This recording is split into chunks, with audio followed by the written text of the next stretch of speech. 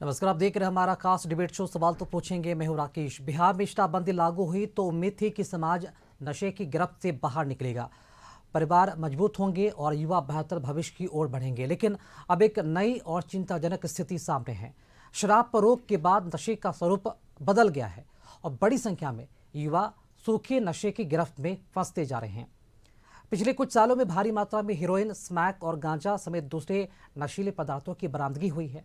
आज का सवाल यही है कि क्या शराब बंद होने के बाद युवा सूखे नशे के आदी बन रहे हैं? और हमारे साथ इसी डिबेट पर, इसी टॉपिक पर बातचीत करने के लिए हमारे साथ बीजेपी के सुनील सेवक, आरजेडी के प्रमोद सिन्हा और वरिष्ठ पत्रकार डॉक्टर ध्रुव कुमार जी इस वक्त हमारे साथ मौजूद हैं। तो पहला सवाल सत्ता पक्ष से ही करते हैं। सुनील सेवक जी इस वक्त हमारे साथ मौजूद हैं, बीजेपी प्रवक्ता। सत्ता पक्ष की तरफ से और सरकार ने इस समाज को सूखे से एक तरह से देखा जाए तो शराबबंदी हटाया ताकि समाज को यहाँ पर शराब से मुक्ति दिलाई जा सके। महिलाओं की मांग पर नीतीश कुमार ने इस कानून को लागू किया था। लेकिन यहाँ तो देखा गया कि एनडीपीएस के मामले जिस तरह से बढ़े हैं सुनील सेवक जी, उससे तो यह लग रहा है कि जो नशा है वो खत्म नहीं हुआ बल्कि उसका स्वरूप ही बदल गया है। सरकार मानती है इस बात को? सुनील सेवक जी देखिए, सरकार तो समाज के अच्छे के लिए 2016 में ही महिलाओं की आवाज़ को सुनते हुए, महिलाओं की बातों को मद्देनज़र रखते हुए, उनके अच्छे जीवन यापन हेतु, उनके जीवन में सुधार हेतु शराबबंदी की घोषणा की। शुरुआती दौर में ये बंदी प्रभावशाली भी था। बाद के दिनों में लोगों ने वो जो कहते हैं ना, कानून का दुरुपयोग करने का काम लोगों ने करना शुरू कर दिया। और उसके पीछे का जो लॉजिक हम लोगों को समझ में आने लगा कि इतनी पैसे का लोगों का जो एक होता है ना, पैसे के प्रति ध्यान आकर्षित होता है, पैसा उनके लिए प्रमुख चीज़ हो जाता है। भले उनको कितना भी जिल्लत सहना पड़े, जेल जाना पड़े, लेकिन पैसा आ रहा है तो चलो हर से सह लेंगे। तो वैसे स्थिति में लोगों ने उसके मतलब शराबबंदी को एक तरह से समझ लीजिए, धीरे धीरे लोगों को लगने लगा कि तो शराबबंदी है ही नहीं। आज भी सरकार पूर्ण प्रयासरत है। देखिए, उससे फायदे भी बहुत हैं, इसमें कहीं कोई दुराई नहीं। ठीक है, अभी लोगों को लगता है कि मिल जा रहा है, सब कुछ हो जा रहा है, लेकिन जो पहले खुले शराबबंदी में जो खुले तौर पे बिहार के अंदर लोगों का जो दृश्य देखने को मिलता था, वो सब चीजें अब थोड़ी मतलब क्या कम दिखती है, ना के बराबर दिखती है। पहले पर्दा नहीं था, लेकिन अब पर्दा लग गया। फिर भी चीजें अब हो रही हैं, इस बात से आप इनकार नहीं कर सकते हैं। चलिए कुछ और बातें हैं, कई सारे सवाल उठेंगे। चलिए प्रमोद सिन्हा जी, आरजेडी प्रवक्ता, इस वक्त हमारे जुड़े हुए हैं। प्रमोद सिन्हा जी, किस तरह आप देखते हैं?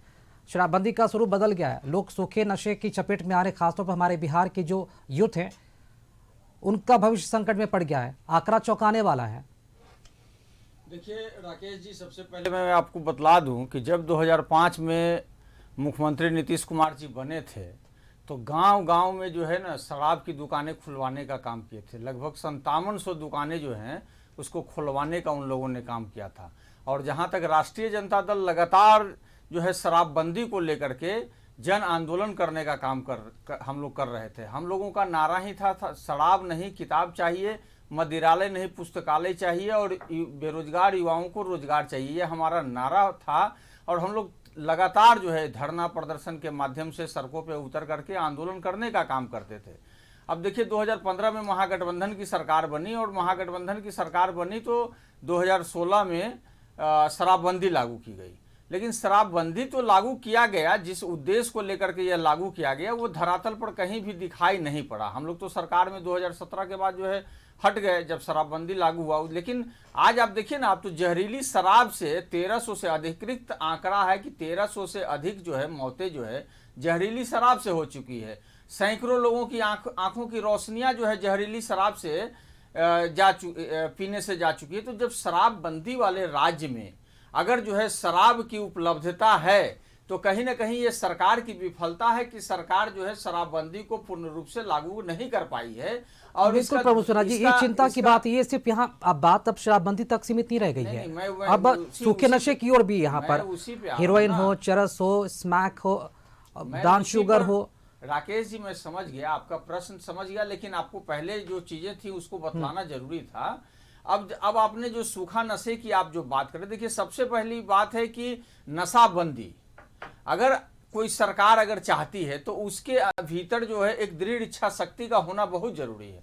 चाहे आप शराबबंदी की बात कर लीजिए, चाहे इस प्रकार की जो सूखा नशा की जो बात कर रहे हैं, आजकल तो गली गली और मोहल्ले में जो है सूखा नशा की उपलब्धता है। छोटे छोटे बच्चों को देखा जा सकता है कि वो जो है अपने से इंजेक्ट करने का काम करता है, और ये सिर्फ शहरों के भीतर में अब नहीं है, तो धीरे धीरे ये गांव में पसर चुका है। बिल्कुल, बड़ा तो सवाल ये उठता है कि आखिर सरकार इसके लिए क्या कर रही है कि जो हमारे युवा हैं वो सूखे नशे की चपेट में नहीं आए। उसके लिए सरकार का क्या प्रयास है? वही कह रहा हूं कि सरकार जो है ना सिर्फ जो है वादे करने का काम करती है। अब जैसे देखिए ना कि गुटखा, पान पराग, इन सब चीजों पर बिहार में प्रतिबंध है। आप यहां से निकल जाइए, किसी भी गुमटी पर आप देखिएगा टंगा हुआ है, लेकिन प्रशासन को इससे मतलब नहीं है। अगर बंदी का ही नाम आप कर लीजिए तो जितना भी पॉलीथीन वगैरह का है वो सारा बंद है बिहार में, लेकिन आप सब्जी लेने जाइए तो आपको पॉलीथीन में ही मिलेगा। मतलब सिर्फ सरकार के द्वारा घोषणा किया जाता है, लेकिन इसके ऊपर जो है लगाम लगाने के लिए कोई कार्रवाई नहीं की जाती है। आगे और पुलिस का ही ये रिपोर्ट है कि जो है जो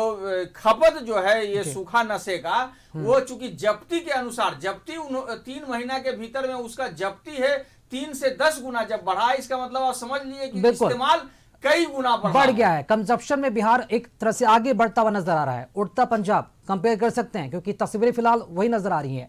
डॉक्टर ध्रुव कुमार इस वक्त हमारे साथ मौजूद हैं, वरिष्ठ पत्रकार। डॉक्टर ध्रुव कुमार जी, 2016 के पहले भी आपने बिहार को देखा है। वो बिहार शराब लोग पीते थे, खुलेआम शराब मिलता था, बिकता था, और सरकार राजस्व की कमाई भी होती थी। लेकिन 2016 के बाद शराबबंदी हुई और उसके बाद कठोर से कठोर कानून बने। कई लोग इस पर कहीं ना कहीं सवाल भी उठाते हैं।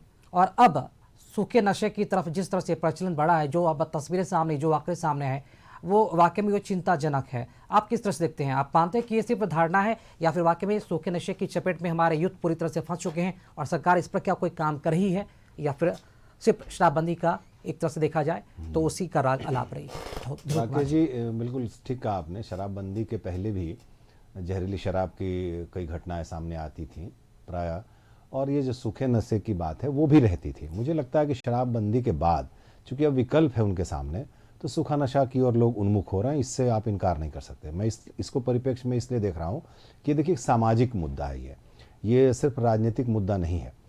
पक्ष विपक्ष की अपनी बातें अपनी जगह सही हो सकती हैं, लेकिन इसको इस तरह समझने की ज़रूरत है कि हम आखिर हमारा समाज कहाँ जा रहा है। ठीक है, लॉ एंड ऑर्डर का मामला है, शराबबंदी होने के बाद भी अगर शराब अच्छी मात्रा में हर जगह उपलब्ध है तो ये कहीं ना कहीं से एक चिंतनीय विषय है। लेकिन आखिर हम समाज हमारा कहाँ जा रहा है, हमारे यूथ कहाँ जा रहा है? क्या हम बिना नशे के नहीं रह सकते?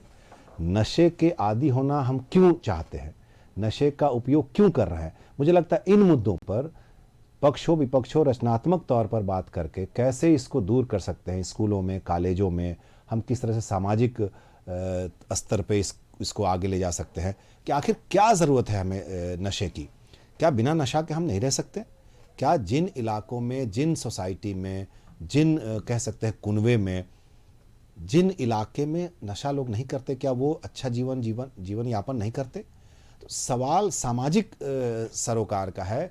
इसके पढ़ने के बजाय कि लॉ एंड ऑर्डर से इसको जोड़ के देखा जाए या अधिक मात्रा में अगर पकड़ी गई ये चीज़ें, ये बहुत चिंतनीय विषय है। देखिए सोसाइटी क्या सोच है उसकी, ये महत्वपूर्ण है। शराबबंदी, निश्चित तौर पर शराबबंदी के बहुत फ़ायदे हुए हैं। आप देख सकते हैं रोड एक्सीडेंट में, और ये जानिए कि ये महिलाओं ने कहा था नीतीश कुमार जी को, मुख्यमंत्री नीतीश कुमार जी को, तात्कालिक मुख्यमंत्री जी को। और ये मैं आपको एक छोटी घटना बताता हूँ। मुझे लगता है 14 के चुनाव में मैंने हमारे इस राज्य की बहुत मशहूर महिला हैं सुधा वर्गीज, पद्मश्री से उन्हें सम्मानित किया गया है। एक बार मैंने उनसे एज ए पत्रकार पूछा कि उस समय चुनाव के समय होता कि सबसे महत्वपूर्ण मुद्दा क्या है। तो मैंने उनसे पूछा कि मैडम आपकी नज़र में सबसे महत्वपूर्ण मुद्दा क्या होना चाहिए? तो उन्होंने कहा शराबबंदी। हमने कहा क्यों? तो उन्होंने कहा कि हम जिन इलाकों में काम करते हैं, वो स्लम इलाके में काम करती हैं, वहाँ के एजुकेशन के लिए बहुत अच्छा काम कर रही हैं, और यही कारण है कि भारत सरकार ने उनको पद्मश्री दिया है। तो उन्होंने कहा कि मैं जिस ढंग से देखती हूँ चीज़ों को, शराब के लोग इतने ये हैं कि घर वालों के घर के लोगों के कपड़े बेच देते हैं, बर्तन बेच देते हैं, मतलब गहने गहने तो बहुत बड़ी चीज़ आपने कह दी, बर्तन तक बेच देते हैं। क्यों? क्योंकि उन नशे के इतने आदी हैं। तो उसकी उनकी नज़र में था कि शराबबंदी समाज की सबसे बड़ी समस्या है और ये चुनाव का पहला मुद्दा होना चाहिए। संयोग है कि 16 में शराबबंदी हो गई इस राज्य में, लेकिन शराबबंदी के बाद अगर नशे के प्रति हमारे समाज के युवा वर्ग, विशेषकर युवा वर्ग, पुराने लोग भी करते हैं, ऐसा नहीं कि नहीं है, और ठीक कह रहे हैं प्रमोद जी, गली मोहल्लों में लोग दिखते हैं, तो ये कहीं ना कहीं से सिर्फ प्रशासनिक मुद्दा नहीं है, राजनीतिक मुद्दा नहीं है, मेरी नजर में सामाजिक मुद्दा है और समाज के हर अंग को, बिल्कुल समाज की बात है। सामाजिक ताने बाने का भी बहुत ही बड़ा प्रश्न यहाँ पर खड़ा होता है। बिल्कुल आपने गंभीर बातें कही डॉक्टर ध्रुव कुमार जी। आज भी कई तरह की जो खबरें हम दिखाते हैं, प्रसारित करते हैं, जिसमें आज भी हम देखते हैं कि गांव में दूर दराज जहाँ NH जो सड़कें वहाँ पर जुड़ी होती हैं, आज भी जब वहाँ पर रोड एक्सीडेंट्स होते हैं, ट्रकें जब पलट जाती हैं और जब पता चलता है कि ट्रक पलटने के बाद उसमें सैकड़ों लीटर कार्टून भरे जो शराब वो सड़कों पर गिरे हैं, लोग लूटने के लिए मतलब की होड़ मच जाती है। मिनटों में जो लोग हैं शराब लूट कर फरार हो जाते हैं और वो ग्रामीण लोग होते हैं, वो समाज के लोग ही होते हैं। अब बताइए प्रमोद सिन्हा जी, इसमें सरकार की क्या गलती है? नहीं, देखिए सबसे बड़ी बात है कि अगर उपलब्धता अगर किसी भी रूप में हो रही है तो कहीं ना कहीं सरकार की यह विफलता है। चाहे आप शराब को ले लीजिए, चाहे सूखा नशा को। जिस प्रकार से सूखा नशा का बढ़ता व्यापार जो है बिहार के अंदर में बढ़ा है, और मैं तो इधर हाल के दिनों में जिस प्रकार से जब्ती कहीं भी जो नहीं प्रमोद सिन्हा जी, मेरा वो सवाल नहीं था, थोड़ा सा सामाजिक नजरिए से देखिए, उसे सोचिए, उस हिसाब से हम जवाब आपसे चाह रहे हैं। क्योंकि पक्ष विपक्ष ये ठीक है, अलग मामला हो सकता है, प्रशासन की फेलियर हो सकती है, लेकिन प्रशासन जब अपना काम कर रहा है, ठीक है, बिहार में अगर शराबबंदी है, अगर शराब पकड़ी जा रही तो प्रशासन की विफलता है, सरकार की विफलता है। लेकिन अगर सड़कों पर शराब बिखर रहा है, अगर एक्सीडेंट में अगर शराब पलट रही है, यहाँ पर दिख रहा है, लोग लूट कर उसे ले जा रहे हैं, उसे पी रहे हैं, तो यहाँ पर गलती किसकी है? नहीं, सबसे पहली बात है कि सड़कों पर जो शराब की जो खेप है या जो आवाजाही है, अगर हमारा राज्य जो है शराबबंदी वाला राज्य है और जो हमारा बॉर्डर का इलाका है, उन इलाकों पर जो चौकी होती है, उस चौकी के वहां पर चूंकि 24 घंटे वहां पर चौकी की पर प्रतिनियुक्ति होती है पुलिस बल की, उसके बावजूद शराब की खेप आ कैसे जाती है? ट्रकों के ट्रक जो आपने कहा कि पलटने के बाद जो है जो लोग होते हैं वो लूट करके ले करके चले जाते हैं, पी लेते हैं। तो एक सामाजिक, कहीं ना कहीं ये एक सामाजिक विषय हो सकता है। लोगों को भी इसके प्रति जो है जागरूक होना चाहिए कि नशा चाहे किसी भी रूप में हो, चाहे वो सूखा नशा हो या शराब हो, वो जो है एक जहरीला है। और जिन गार्जियनों को भी ये देखना चाहिए कि अगर हम शराब पीते हैं तो हमारे जो नौनिहाल हैं, जो बच्चे हैं, जो हमारे बेटे हैं, हमारे नीचे के जो पीढ़ियां हैं, वो भी हम देखा देखी इस काम को करेंगे। तो ये लोगों को तो ये सामाजिक रूप से तो अवेयरनेस की तो जरूरत है ही। सिर्फ जो है बंदी लागू कर देना सरकार के द्वारा और उस बंदी के साथ साथ समाज के बीच में जागरूकता का फैलाव नहीं करना, लोगों को जागरूक नहीं करना, ये भी जवाबदेही सरकार की ही होती है। ठीक है, जवाब ले लेते हैं। सुनील सेवक जी, कानूनी तौर पे आपने बहुत ही कड़े कानून लागू किए, लेकिन जनता के मन में आपने वो सशक्त समाज की जो सोच है वो नहीं ला पाए, जिसकी वजह से लोग आज भी, चाहे वो शराब हो या फिर सूखा नशा हो, उसका सेवन लगातार कर रहे हैं और सरकार भी इस बात को अच्छी तरह से मानती है। देखिए, अभी ध्रुव जी बता रहे थे, सरकार अपना काम कर रही है, लेकिन ये राजनीति से या सरकार से ज़्यादा सामाजिक चीज़ है। क्योंकि समाज के अंदर जो भी घटनाएं घटती हों, छोटी बड़ी जो भी घटनाएं घटती हैं, लोग उसको देखते रहते हैं। नतीजा ये होता है कि स्थिति ये हो गई है कि हम अपने घर के बच्चों को भी ये जानते हुए कि वो इस चीज़ में लिप्त हो रहे हैं, फिर भी हम उनको रोकने का प्रयास नहीं कर पाते हैं।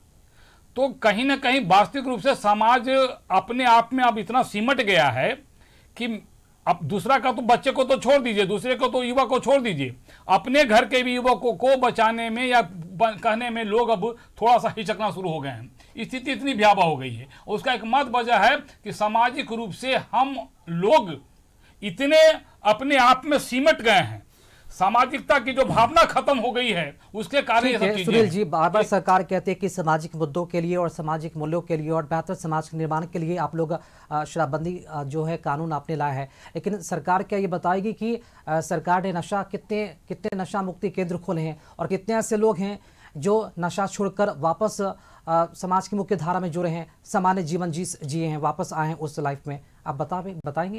देखिए, सरकारी आंकड़े का पूर्ण विवरण तो मैं नहीं दे सकता, लेकिन एक चीज तो ये स्पष्ट है ना, सरकार तो दे सकती है ना। इसमें कोई दो राय नहीं, सरकार दे सकती है, सरकार देती भी है, सरकार देती भी है, इसमें कहीं कोई दो राय नहीं। लेकिन मैं बार बार कह रहा हूं कि जो सरकार देती है वो चीजें जब हम सरजमी पे जाते हैं तो लगता है कि ये तो हो ही नहीं रहा है। तो मेरे कहने का मतलब है कि सरकार का जो अपना एक काम करने का तरीका, उसी तरीके से वो काम करेगी, लेकिन समाज का जो दायित्व पहले हुआ करता था, आज वो समाज अपना दायित्व भूलता जा रहा है। और उसका ये वजह है, ये खास करके नशीले पदार्थ के प्रति युवाओं का आकर्षण।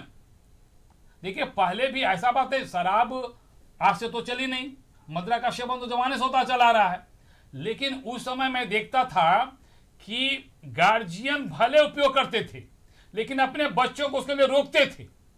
आज स्थिति ये हो गई है कि जिनके गार्जियन नहीं भी कर रहे हैं वो अपने बच्चों को रोक भी नहीं पा रहे हैं।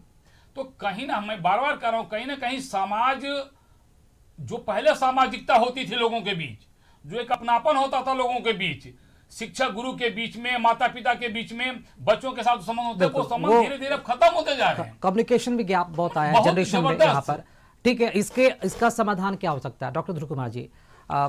किस तरह से देखते हैं, जिस तरह ड्रग्स का चलन बढ़ा है, कुछ सुझाव देना चाहेंगे सरकार को? आखिर बिहार ड्रग्स संकट से कैसे उभर सकता है? राकेश जी, बहुत महत्वपूर्ण विषय है। मुझे लगता है 2 स्तर पे काम करना होगा। एक तो जो नशे के व्यापारी हैं, जो नशे के चीज़ों की व्यापार में संलिग्न हैं, उन पे सख्त मतलब उनको कड़ी से कड़ी सजा मिलनी चाहिए। अगर आवश्यकता पड़े तो कानून में संशोधन हो, जैसे एक बार और संशोधन किया गया है, जो शुरू में अधिनियम था उसमें संशोधन किया गया, कड़े बनाए गए, कुछ मामलों में ढील दी गई। लेकिन अब एक और जो मुझे लगता है, एक तो इस स्तर पे काम किया जाना चाहिए। दूसरा कि देखिए, वो जो शराबी थे वो निश्चित तौर पर शराब छोड़ चुके हैं, कई ऐसे प्रमाण मिले हैं, उनके घर परिवार की स्थिति सुधरी है, ये सर्वे है, ऐसा नहीं, आंकड़े भी हैं इसके।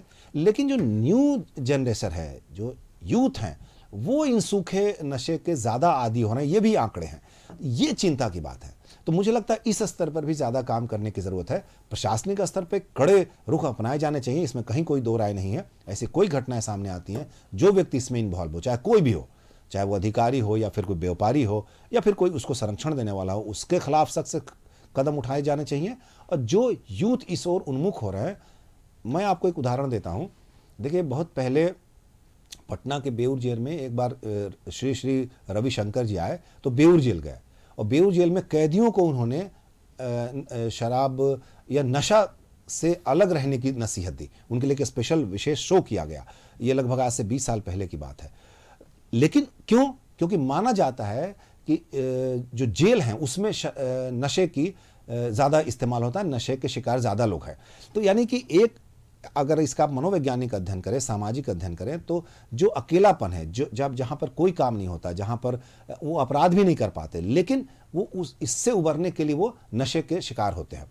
जो नशा नहीं भी करते हैं कैदी, वो भी नशा करते हैं। कहने का मतलब कि बड़े स्तर पर जन जागरूकता चलाने की आवश्यकता है सरकार को, खासतौर पर विशेष तौर पर तमाम कैदियों के बीच, जो लोग कहीं न कहीं अनजाने में भी इसके शिकार हो जाते हैं। प्रमोद सिन्हा जी, विपक्ष क्या मानती है? क्या बिहार में शराबबंदी कानून पर कोई समीक्षा होने की आवश्यकता है, या फिर आपको लगता है कि शराबबंदी कानून के कारण ड्रग्स हावी हो गया, युवा आपस को नशे की लत हो गई है? क्या मानती है आप? देखिए, सबसे पहले मैं आपको कह रहा हूं कि सरकार की अदूरदर्शिता के कारण जो है ना, इन चीज़ों पर जो है लगाम नहीं लग पा रहा है। अभी देखिए, पिछले सत्र में हमारे नेता एमएलसी हैं अजय कुमार सिंह, उन्होंने सिर्फ सूखे नशे पर अपनी चिंता व्यक्त किया और विधान परिषद में अपनी बात को सिर्फ इस सूखे नशे को लेकर के, चूंकि बिहार में जो ये सूखा नशा का व्यापार जिस प्रकार से बढ़ा है, युवा वर्ग इससे जो प्रभावित हुए हैं, तो उसको लेकर के उन्होंने सवाल उठाने का काम किया। अब सवाल उठता है कि अगर लगातार विधान परिषद में सदस्य अगर सवाल उठाते हैं, उस पर सरकार के द्वारा क्या उपाय किया गया, ये महत्वपूर्ण है ना। आज पटना के सड़कों और गलियों में आप चले जाइए ना, मैं कह रहा हूं कि प्रशासन के द्वारा जो मॉनिटरिंग होना चाहिए, चाहे पेट्रोलिंग होना चाहिए, वो भी नहीं हो पा रहा है। हम लोग तो पटना के ही रहने वाले हैं ना, हम लोग भी चाहते हैं। देखिए हम लोगों, विपक्ष हमेशा चाहता है, चाहे आप इस शराबबंदी पर मैंने आपको स्पष्ट रूप से बतलाने का काम किया कि ये हम लोगों का भी ये मानना था कि बिहार में शराबबंदी लागू हो, और हम महागठबंधन की सरकार बनी तो हम लोगों ने लागू करवाने का काम किया। अब सवाल उठता है कि जो सूखा नशा का व्यापार बढ़ा है, तो हम लोग लगातार सरकार को आईना दिखलाने का काम करते हैं। अब सरकार की नीतियां इस प्रकार से अस्पष्ट है, उसके कारण जो है ये सब चीजें सुधर नहीं पा रही है। जन जागरूकता अभियान के लिए क्या अभियान चलाया जा रहा है, आप बता दीजिए। आपने सही सवाल किया सत्ता पक्ष के प्रवक्ता से कि बताइए बिहार में कितने नशा मुक्ति केंद्र बने हुए हैं, वो जवाब नहीं दे पाए। तो सवाल उठता है कि अगर चीजें इस तरह से विकृत रूप में आपके सामने अगर प्रदर्शित हो रही हैं, तो इस विकृति को जो है बदलने का काम सरकार को करना है, सरकार को करना चाहिए। हम लोग विपक्ष के नाते समय समय पर जो चीजें सामने दिखाई पड़ती हैं उसको हम लोग उठाने का काम करते हैं, सरकार को आईना दिखलाने का काम करते हैं। जवाब ले लेते हैं सुनील सेवक जी। बिहार में अगर बात की जाए तो 5 करोड़ युवाओं के भविष्य पर खतरा मंडरा रहा है। ड्रग्स और सूखे नशे की चपेट में है वो। आप ये बताइए, सरकार का विशेष तौर पर यूथ एंटी ड्रग पॉलिसी क्या है? कोई है पॉलिसी एंटी ड्रग्स को लेकर सरकार की तरफ से? कुछ बताएंगे आप इसको लेकर, या फिर शराबबंदी के भरोसे बिहार चल रहा है कि हाँ बिहार में शराबबंदी है तो सब कुछ ठीक है, नशा बंद है बिहार में? देखिए, सरकार समाज के हित के लिए एक से एक कानून बना रही है, उसका पालन करवाने का प्रयास भी कर रही है। शराबबंदी के अलावा क्या कानून बना पाई है सूखे नशे को रोक को लेकर? सिर्फ उसे पकड़ना, गिरफ्तार करना, ये तो कानून नहीं हो गया ना? नहीं, अभी तो विशेष तौर पर, मोटे तौर पर क्या अभियान चला रही है, ये भी तो जवाब दीजिए ना। देखिए, जब समस्याएं आती हैं तो फिर उस कानून में संशोधन करके उस समस्याओं पर निजात पाने का काम तो सरकार करती ही है। लेकिन हम लोग तो अभी तक सीमित थे कि चलिए सामाजिक कुरीतियां हैं, इसको सामाजिक स्तर पे निपटना ज़्यादा जरूरी है। लेकिन विपक्ष अपनी राजनीति करने से बाद नहीं आते हैं। नहीं, अगर विपक्ष तो सवाल उठाएगा ना। उपलब्धता अगर आसानी से, शराबबंदी के बाद भी बिहार में अगर नशे का कारोबार बढ़ रहा है तो विपक्ष का सवाल उठाना लाजमी है और जायज सवाल है। देखिए, उसके पीछे कारण भी तो है। सरकार की जवाबदेही और जिम्मेदारी है या नहीं? कह रहे हैं जो है इनके नेता चुनाव के समय शराब की फैक्ट्रियों से चंदा लिए और चंदा ही नहीं लिए, वहाँ वादा करके आए। शराब और शराबबंदी पर कई टॉपिक पर हम लोग डिबेट कर लिए। सूखे नशे पर हम लोग बात करें, सरकार कुछ कर रही है या फिर हाथ पे हाथ धरे बैठी हुई है? मैं फिर सरकार क्यों हाथ पे हाथ धरे रखेगी? जब मेरे समाज के युवक अगर किसी गलत रास्ते पे जा रहे हैं तो कानून तो उसे कामों के लिए होती है। फिर रोक क्यों नहीं पा रही है? जो भी सीमावर्ती क्षेत्र है, चाहे कटिहार हो, पूर्णिया हो या फिर अररिया हो, इन तमाम सीमावर्ती क्षेत्रों पे जो सूखे जो तस्कर हैं, जो तस्करी है वो होते हैं, वो यहाँ पर। ठीक है, जवाब ले लेंगे। डॉक्टर ध्रुव कुमार जी, जब भी इस तरह के जो मामले सामने आते हैं, देखते हैं ठीक है कार्रवाई होती है पुलिस की तरफ से, छोटे कैरियर और जो सप्लायर होते हैं ना तस्करी में, वो उनकी गिरफ्तारी होती है। जो मास्टरमाइंड होता है, जो बड़े गिरोह के जो सरगना होते हैं, वो नहीं बच पाते हैं। फिर क्या फायदा इनकी गिरफ्तारी का? क्योंकि जो लीड करता है सूखे नशे का, चाहे वो नशीला इंजेक्शन हो, चरस हो, गांजा हो, अफीम हो, जो भी हो सूखा नशा, वो फिर से चैन बना लेता, फिर से सप्लायर करता, फिर से लोगों को इस नशे की तरफ आकर्षित करता है। जो मुख्य सरगना है, मास्टरमाइंड है, उसकी गिरफ्तारी क्यों नहीं हो पाती है? राकेश जी, बहुत सही आपने पकड़ा है बिंदु को।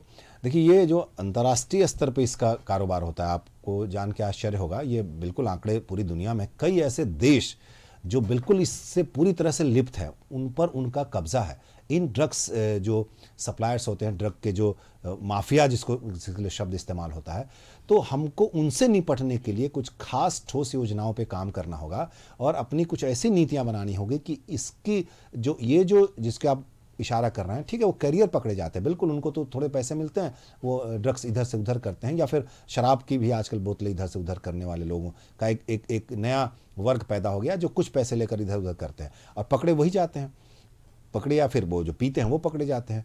इसलिए कानून में संशोधन किया गया। मुख्यमंत्री नीतीश कुमार जी को जब इस बात का इल्म हुआ तो उन्होंने संशोधन भी किया, कुछ कानून कड़े किया और कुछ उन्होंने ढील भी दी इस बात को लेकर कि निर्दोष न फंसे।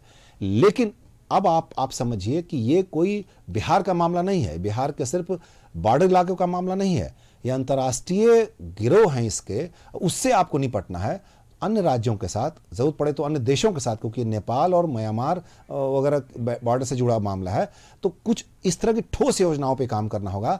तभी बिहार, मुझे लगता है, जैसा आप शब्द का इस्तेमाल कर रहे हैं, बहुत अच्छा शब्द नहीं है, वैसे लग रहा उड़ता पंजाब, मतलब हर राज्य उड़े, लेकिन ये जिस लिए इस्तेमाल होता है वो नशे के रूप में इस्तेमाल होता है। तो ये बहुत, मतलब मुझे लगता है हर बिहार के हर व्यक्ति के लिए ये शर्मनाक बात होगी कि हम उस राज्य के निवासी होने जा रहे हैं जहां पर हर युवा इस तरह की ललक पैदा होता है कि भाई हम नशा करें, और सूखा नशा करें, जिसका सिर्फ समाज पर, उस पर नहीं, समाज पर असर होगा, उसके परिवार पर असर होगा। और फिर हम किसके लिए काम कर रहे हैं? सरकारें किसके लिए हैं? पुलिस किसके लिए है? समाज, आखिर स्कूल, कॉलेज, विश्वविद्यालय किसके लिए हैं? तो वो युवाओं को ही अगर हम ठीक नहीं कर पाएंगे, तो मुझे लगता है इस पर सर्वदलीय बैठक भी हो, अगर आवश्यकता पड़े तो सभी लोगों के पक्ष से एक कुछ ऐसी इस पर योजना बने, ठोस योजना बने, मैं बार बार कह रहा हूँ, ताकि इससे निपटना, अगर बहुत नहीं आपने सही समय पे इससे पार पाया इस पर, तो आने वाले परिणाम बहुत अच्छे नहीं होंगे, और ये मानिए कि पूरी पीढ़ी खराब होगी। और जो लोग शराबबंदी से, जो पुरानी पीढ़ी निकल के आई है नशा से, हम नई और भी कई ऐसी पीढ़ी पैदा करेंगे जो बिल्कुल आप समझिए कि अगर हम मतलब क्या दीमक की तरह इस्तेमाल हो जाएंगे, और फिर हमारा समाज कहाँ जाएगा? बिल्कुल, और हमारे जो यूथ है ना, वो दीमक की तरह खोखले हो जाएंगे ऐसे नशे से। और आपने बिल्कुल सही और बिल्कुल सटीक आपने बात कही है, ये किसी एक पक्ष का मामला नहीं है, ये किसी सत्ता पक्ष का मामला नहीं है, ये तमाम जो राजनीतिक दल है एक साथ, उन्हें आगे आकर एक जन जागरूकता अभियान चलाने की आवश्यकता है। और दोष इसमें किसकी है, अभी भी बड़ा सवाल है। क्या सरकार, प्रशासन की ये विफलता है, या फिर एक सामाजिक सोच की इसमें कमी है? समय का अभाव, इसलिए चर्चा को फिलहाल यहीं पर समाप्त करना पड़ रहा है। और सुनील सेवक जी, प्रबोध सिन्हा जी और डॉक्टर ध्रुव कुमार जी, आप तीनों का बहुत बहुत शुक्रिया इस डिबेट शो से जुड़ने के लिए। कशिश न्यूज़ पर खबरों कार्यक्रमों का सिलसिला लगातार जारी है, देखते रहिए कशिश न्यूज़। नमस्कार।